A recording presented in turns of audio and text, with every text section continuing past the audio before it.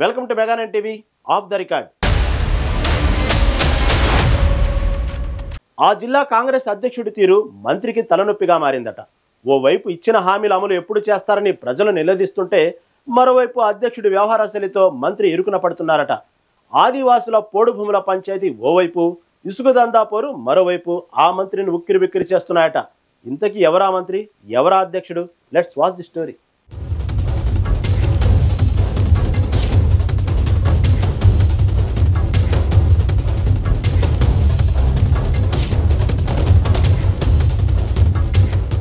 ఆయన పేరు పైడాకుల అశోక్. ప్రస్తుతం మంత్రి సీతక్క అండతో ములుగు జిల్లా కాంగ్రెస్ అధ్యక్షుడిగా కొనసాగుతున్నారు.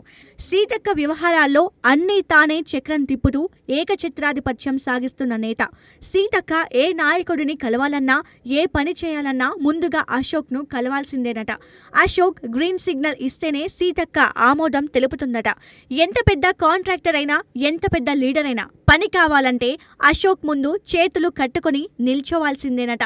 మంత్రి సీతక్క కూడా ప్రతి ఫైల్ విషయంలో అశోక్ ను కలవండి అని చెప్పడం కొంతమంది సీనియర్ నేతలను ఇబ్బందికి గురి చేస్తుందట.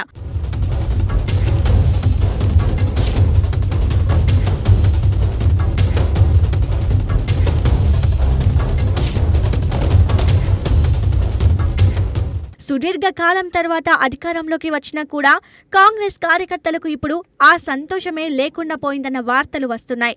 సీతక్కకు మంత్రి పదవి వచ్చాక జిల్లా అభివృద్ధి చెందుతుంది, రూపురేఖలు మొత్తం మారిపోయాయని కార్యకర్తలు ఆశపడ్డారు. ఏదైనా సమస్య ఉందని చెప్దామని వెళ్తే ఓవైపు మంత్రి సీతక్క పట్టించుకోవడం లేదన్న ఆరోపణలు వస్తున్నాయి.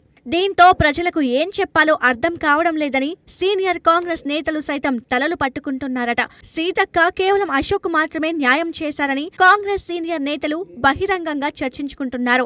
దొంగ సర్టిఫికెట్లు అమ్ముకొని జైలుకు పోయి వచ్చినోడు ఇవాళ జిల్లాను, మంత్రి సీతక్కను శాసిస్తున్నాడని మరికొంతమంది కార్యకర్తలు మదన పడుతున్నారట.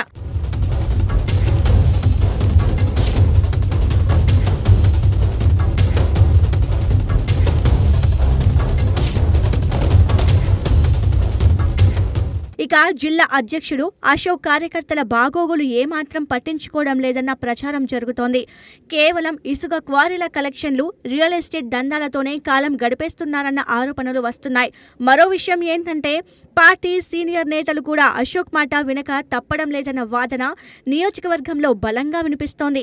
ఇప్పుడు అశోక్ వ్యవహారం పార్టీ నేతలతో పాటు సీతక్కకు సైతం తలనొప్పిగా మారిందని కాంగ్రెస్ నేతల మధ్య చర్చ జరుగుతోంది.